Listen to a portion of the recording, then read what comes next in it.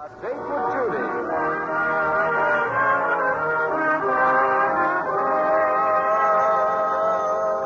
Hello? Hello, Judy. This is Oogie. I have something very important to ask you. Well, go right ahead, Oogie. Oh, I was wondering. That is, I was desirous of knowing if you'd... About what, Oogie? If you'd go steady with me. Why, Oogie, I just love to. My goodness, you would? Of course. I can go steady with you the whole first week in February.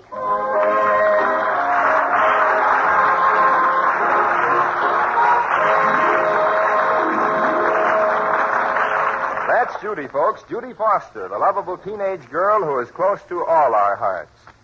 Well, it's evening at the Fosters' house, and Judy and her friend Mitzi are discussing life. Randolph, Judy's 12-year-old brother, is kibitzing. Tonight is the third night in a consecutive hunk I don't have a date. Business is bad with me, too, Judy. I wonder what's become of men. It isn't what's become of them I care about. It's what's going to become of me. What's going to become of my new evening gown if I never wear it. Oh, it'll just probably stay in the cupboard till one day it falls off the hook, dead. Be quiet, Randolph. You know, Mitzi, this is the longest lull without dates I've ever known since, well, for a couple of weeks. I know what, Judy. Let's have a party. Oh, Mitzi, that's a brilliant idea. Well, a party might put us right back on our feet socially. Well, anyhow, I'll give you another crack at the boys. You know, the trouble with most parties is other girls. You said it, Mitzi. Seems like every time I give a party, some other girl gets, well, practically engaged. If you could only have a party without other girls. Just with boys. Mitzi. Why couldn't we? Why couldn't we what? Have a party without other girls. Huh? Don't you see? We could just invite boys, millions of them. We'd have all the men to ourselves because the only girls would be there would be us. Judy, are you sure you want Mitzi to come? Of course. When do we have it? Tomorrow night. What do you say? Oh, it's a deal, Judy. And now, we'd better start inviting boys right now. Isn't this a scrumptious idea? Yes. Except, you think the boys will want to come to the party when they find out we're the only girls there? Oh, that's simple. We won't tell them. But won't it be kind of a letdown when they find it out at the party? Randolph, we'll cross that bridge when we come to it. Come on, Mitzi. Let's go over to your house now and call the boys. Why can't we do it here at your house, Judy? Because my family gets nervous when I use the phone 25 or 30 times in a row. So does mine. Oh, but Judy doesn't have to live with your family, Mitzi. Come on, Mitzi. If you let us call the boys from your house, I'll have the party at my house. Well, all right. That sounds fair enough. Well, so long, Randolph. Bye, Randolph. Hi, Mother. Oh, Randolph. Where have you been? Out on the porch with Judy and Mitzi. Aren't girls weird? Uh-huh. Yatta-da, yatta-da, yatta-da-da. Back and forth. Hey, Mother, you're not even listening to me. I'm very busy right now, Randolph. What you doing? I'm counting the people I've invited to my party tomorrow night. Your party tomorrow night? Certainly. Who else would be having a party tomorrow night? Well, you never can tell. I thought it would be a good chance to have a very elegant hen party while your father's out of town. Yeah, but, under the circumstances, I think you'd better forget Randolph, please go over to Curly's house or someplace. I haven't time to chat, dear, now. Chatting might be very profitable at this moment, Mother. On account of I could hand you some chat that'll make your hair stand on end. Now, Randolph, that's enough. For a boy of your age, you talk too much. Tomorrow night this time, will you please remind me of that remark? Now, let me see. Mrs. Smith makes 11, Mrs. Goodman 12, and... Randolph, haven't you gone yet? That's settled. I will now stand by and let nature take its course. Well, I guess that does it. Randolph, what are you going to do tomorrow night? Me? I'm just going to sit back and enjoy a double feature.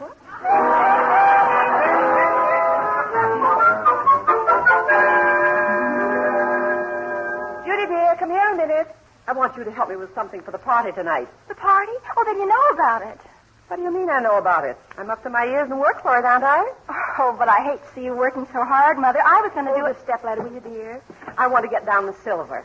The sterling silver? Oh, gee, Mother, you shouldn't go to all that trouble.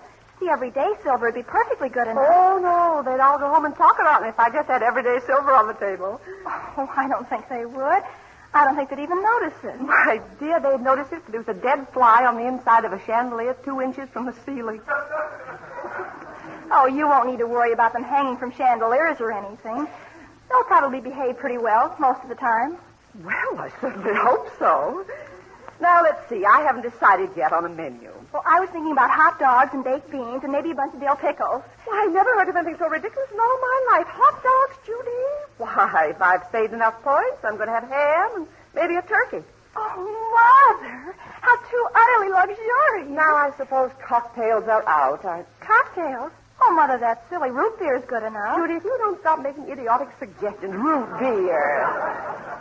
Why, I want this to be one of the nicest parties ever held in this house. Well, that's the way I feel about it, but I didn't know you felt that Now, way. we'll have fruit punch and we'll serve it with the hors d'oeuvres. Oh, Mother, you're just about the most understanding person I ever heard of in my whole Well, life. if I wouldn't understand how to have a nice party after all these years. You know, Judy, this party's going to cost a lot of money. Oh, Mother, you're awfully generous. And since you're so terribly sweet, I'm going to put up 50 cents of my own money. Oh, Judy. You don't need to spend your money on this party. Why not, Mother? I'm glad to. Judy, sometimes I underestimate you. When you come right down to it, you're about the sweetest, most unselfish girl I know.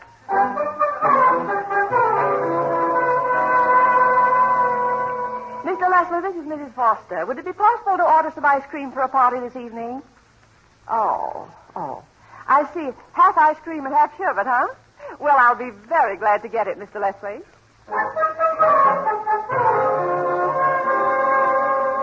Is this the Gordon record shop? Well, this is Judy Foster, and I'd like to buy a few records for a party I'm having tonight. Something very hot and boogie-woogie, if you know what I mean. Have you got Let's Play Hooky Cookie? Well, I'll take that. And have you got Hello Goon, Let's Spoon? Well, send those. And, oh, wait, I'd like a good conga number. Oh, yes, conk me on the bones with a coconut. That's wonderful.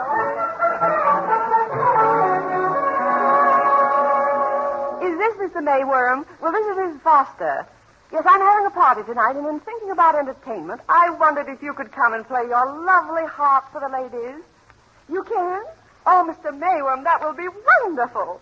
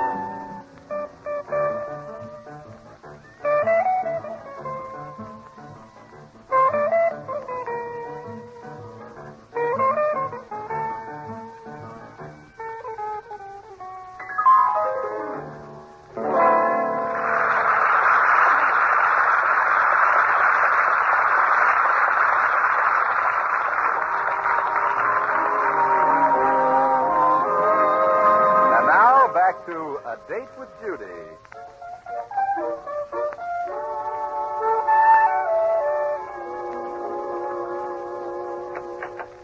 Hi, Mitzi. Where's everybody?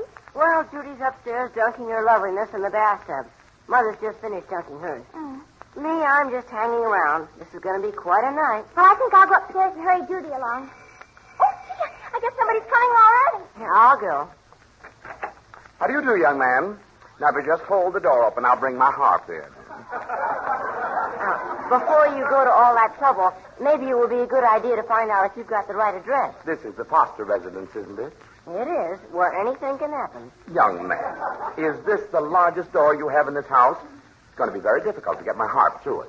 Well, maybe you could sort of fly in through a window. No levity, young man, no levity. Now, kindly send for your mother. Mother! Mother! I didn't say shout. Shouting is the only thing that gets results in this house. Randolph, did you call me? See?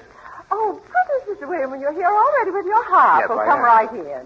He can come in, but the question is, can his harp? This is the smallest door I've ever Well, encountered. now, don't break your harp trying to get through. Don't. Now, be careful. Randolph, suppose you and Mr. Mayworm go around to the back door and see if you can get the harp through that way. Oh, don't worry. I'll open wide them pearly gates. Come on, Mr. Mayworm. Oh, I'm getting all worn out lugging this harp around. I wish I'd have stuck to my piccolo.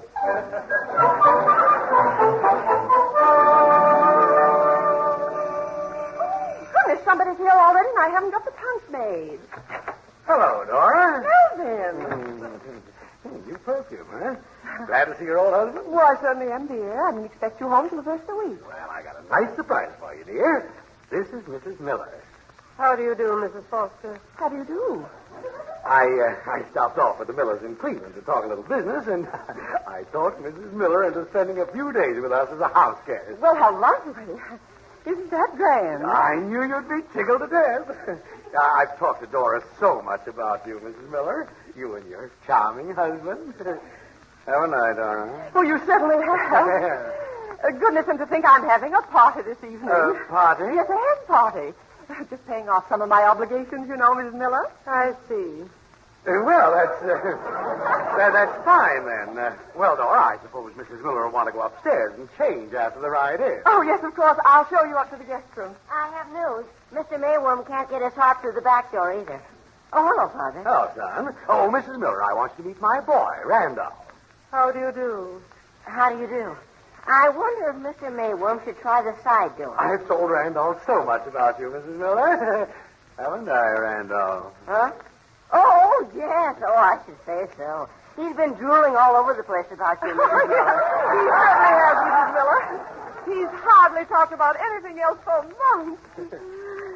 Randolph, suppose you show Mrs. Miller up to the guest room. I'd like to speak to your father a minute. Oh, sure. Right this way, Mrs. Miller. Thank you. Follow me, Mrs. Miller. Goodness sakes, Melvin, who is she? Dora, she is the stiffest, most straight-laced, tight-mouthed woman in the world. That's obvious, but I still ask, who is she? She's W.L. Miller's wife. Who's W.L. Miller? Just one of the biggest smoke-tongue distributors in this country, that's all. Oh, good. Dora, if I can get his account, I won't have to give my business a thought for a year. Oh. Certainly hope this is going to be a nice, polite party. Dora, I hope you haven't asked your usual friends. What do you mean by that? Now, don't get excited, dear. Well. It's just that I want everything to go smoothly. You've no idea how much influence Mrs. Miller has on her husband. And she's got to go home and tell W.L. she wants him to give me the account. Well, I'll do everything I can, dear. Oh, the guest is in the guest room taking off her duds. Thanks, Randolph. Say, Dora, What, dear?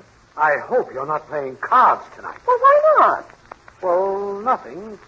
Except when some of your friends sit down to play bridge, it's no longer a polite social.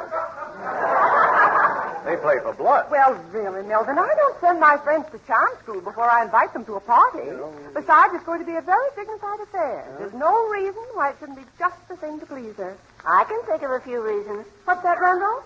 Sort of a quick glance at my watch makes me realize that it's too late to bring up a thing. Well, if you mean about Mr. Mayworm's harp, have him try the side door. Huh? Hey, now, look, Dora, there's no sense in my hanging around. I'm going to leave Mrs. Miller entirely to you. Well, what are you going to do, dear? Well, I think I'll go bowl a few games. You certainly don't want any men around the house tonight. Well, I should say not. Oh, I should say not. I should say not. Well, I'll run along then. Have a good time tonight, and please, Dora, whatever you do, see that Mrs. Miller has a good time. Oh, don't worry about her. Mrs. Miller certainly came as a surprise. I'm certainly glad we're going to have a nice party for her. You suppose everything is all set, Randolph? Like a fuse. Well, I guess somebody's here already. Oh, hello, Mrs. Foster. Oh, Oggie, I guess Judy and Mitzi will be down just a minute. Now, I hope you'll go out someplace and don't come back till the party's over. Till the party's over. Yes. Mrs. Foster. Hello, Oogie. Hi, Oogie. Hi. Am I the first one here? Boy, do you look snazzy.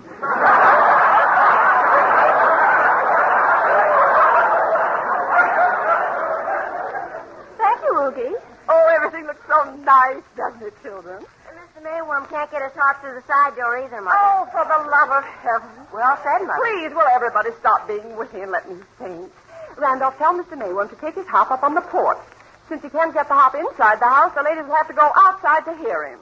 The ladies, Mother? Certainly. Who do you think I'm having at this party, men? No, but I am. What are you talking about? There are 15 women coming this evening, and... No, there's not. There are 15 boys coming, aren't there, Mitzi? What? Judy's right, Mrs. Foster. See, Oogie's here already, and he's a boy. Aren't you, Oogie? Definitely. Judy, do you mean to say you're having a party tonight? Well, of course. What have we been doing all this work for? For my party. Oh, Mother, you mean a lot of women are coming here Oh, tonight? Judy Foster, why do you do these things to me? Now, don't worry, Mother. I could have invited my Boy Scout troop, but I didn't. Mrs. Foster. Mrs. Foster, great news, great news. I've just succeeded in getting my harp through the cellar door. Oh, I'm going out of my mind. Well, blow me down. Visit me. I'll answer. No, I'll go. You better let me do it. I'm neutral. Come right in, one and all. The festivities are just about to begin.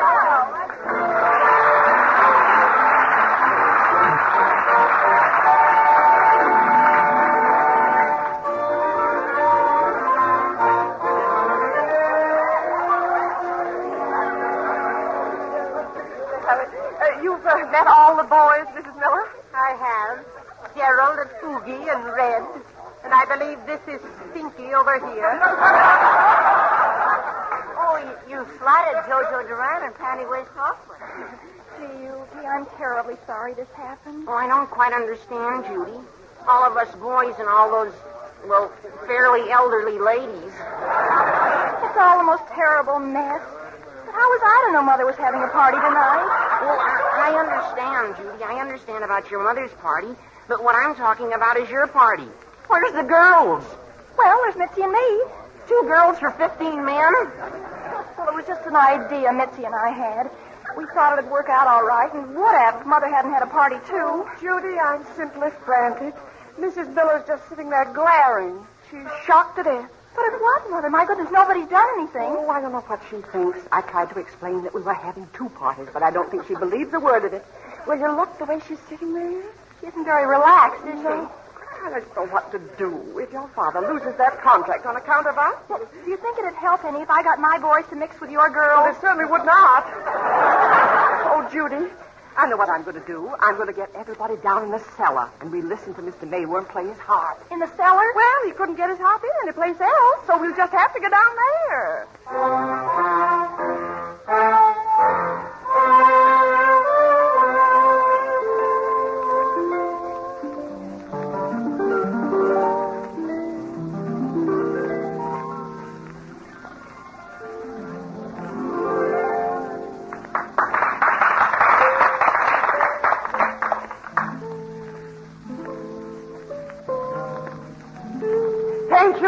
Thank you, Mr. Mayworm. Thank you. And now, everybody, let's go upstairs. And now for my 5th rendition.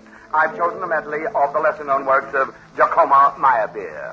Oh, well, all right, go ahead. Oh, brother. Here we go again. Be quiet, Randolph. You're not supposed to be here at this party anyway. Who is? Gee, boys, I'm terribly sorry about this. This is the hottest jam session I was ever to. I wish he'd jive it up a little. On a harp? I'm terribly sorry. It's all part of the terrible mistake. They're the best-looking girls at this party I ever saw. They're part of the mistake, too. Be quiet, Missy. Mr. Mayworm's glaring at us. I'm glaring at him, too. My special favorite number is Mrs. Miller. Look, she's asleep on her double chin.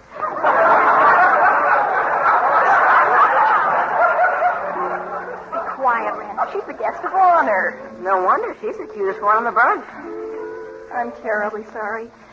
I guess you fellas aren't having a very good time. I'm loving every minute of it. Oh, this is too much. This is too much. I just can't go on. I just can't. Playing in the cellar like this. I'm not used to it. And all this whispering. And now my string's broken. Oh, what a pity, Mr. Mayworm. Now we won't be able to hear the end of the piece. Well, we'll just have to go upstairs, ladies and everybody, and Mr. Mayworm will have to play for us some other evening. That is debatable. Mother, please come over here a minute. I want to talk to you. As a member of the family, may I be in on this conference? Be quiet, Randolph. Now, what is it, Judy? Well, on account of your women are kind of old for my men, I was wondering, could you take your party in the dining room and let my party dance in the living room? Oh, I don't care what we do anymore. Father's deal's beyond saving anyway. Mrs. Miller's fast asleep anyhow. Are you going to wake her up, Mother, or are you just going to leave her to enjoy herself? I'm going to wake her up. This party's for her, and she's not going to get out of it so easily. Well, come on, everybody. My gang, I mean. We're going upstairs and play conga records. Oh, that's a great idea. And what are we ladies going to do, Mrs. Foster? We're going to play bridge. Would you all please go upstairs to the dining room? Oh. Randolph, I'm going upstairs with the others. Could you tactfully wake up Mrs. Miller? Oh, you bet. Oh, Mrs. Miller. Mrs. Miller, time to get up. Would you like to play some bridge, Mrs. Miller? What's that? Oh, lovely, lovely music. Oh, that's been over for 5 minutes. It has. I was sitting here thinking so deeply I didn't realize it. What's that? Oh, that's Close Me on the Bonk with a coconut. You don't say so. Gay, isn't it? What's that? They started the conga upstairs. That's the house bouncing.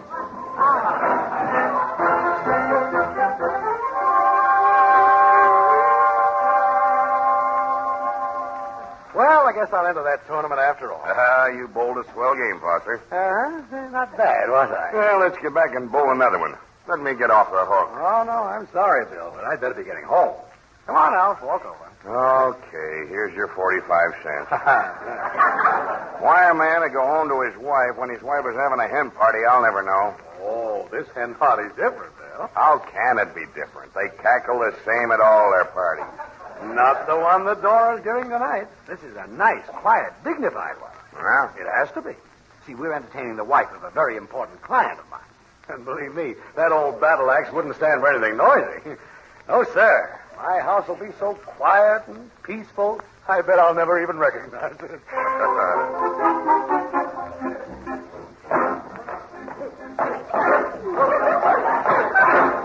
Young people do make a lot of noise, don't they? Oh, you know, Mrs. Foster, just while I'm dummy, I think I'll go in the living room. See what they're doing. All right, but hurry back. The last dummy we had went in the living room and never came back. Seems most of the ladies are in the living room. Mrs. Miller. Mrs. Miller, it's your turn to play. Huh? Oh, I did fall stage. Oh, sorry, the bidding's over. Oh. You're playing the hand. Oh, yes. I was just listening to the music. Weird, isn't it? Hope it isn't bothering you No, at not at all. all, not at all. Well, girls, having fun. Randolph, what are you doing in here again? You go on back in the living room. Okay. Even though I think I'll go with him. What? Just take my arm, Mrs. Miller. And, Mother, may I suggest you give up bridge entirely and play solitaire? Oh. What are they doing, Randolph? That's the conga line. My, isn't Mrs. Newton graceful? I can't wait to see you in action.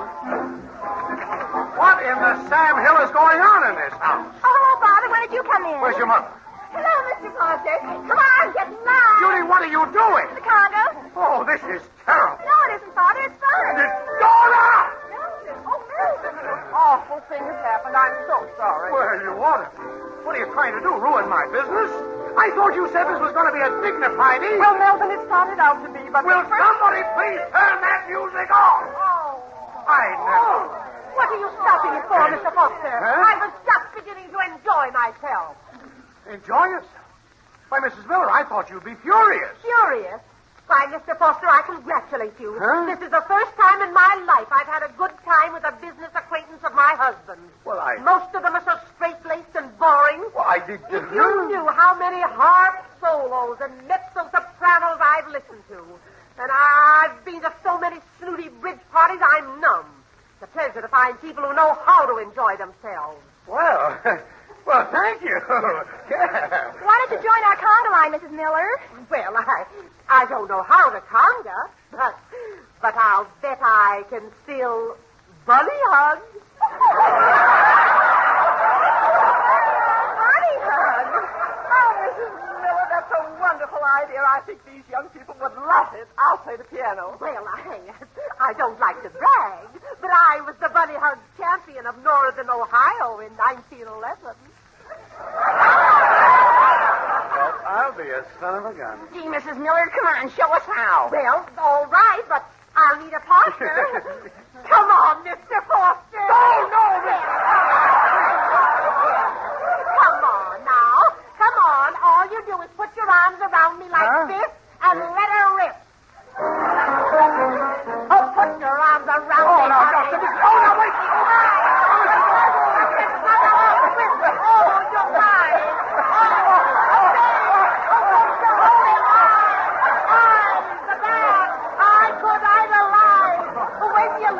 My heart beats. I'm a little rough. Not so you can not.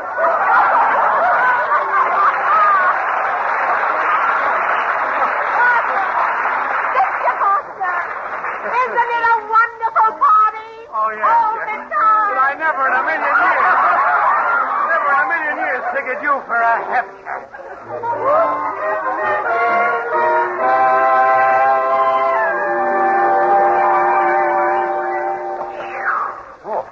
That was some party. Wasn't it? Gee, everybody had the best time after it got started. Well, Mrs. Miller's gone to bed. Well, I should think so. She was exhausted. You know, it was the first party I didn't have to worry about the other women snagging all the men. I can understand that. But how will we entertain Mrs. Miller tomorrow night? Oh, Mother, that's all arranged. The gang's coming over. I'm going to teach her to do the bump. What? Before anybody does anything, there's a job to do in the cellar. Oh, what's wrong, Randall? It's Mr. Mayworm. He got his harp in the cellar all right, but now he can't get it out.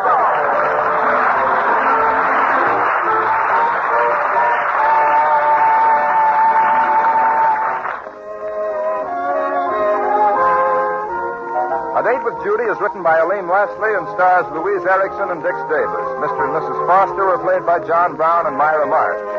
Music was composed by Paul Sawtell and conducted by Konstantin Bakalinikov. The program was produced and directed by Helen Mack.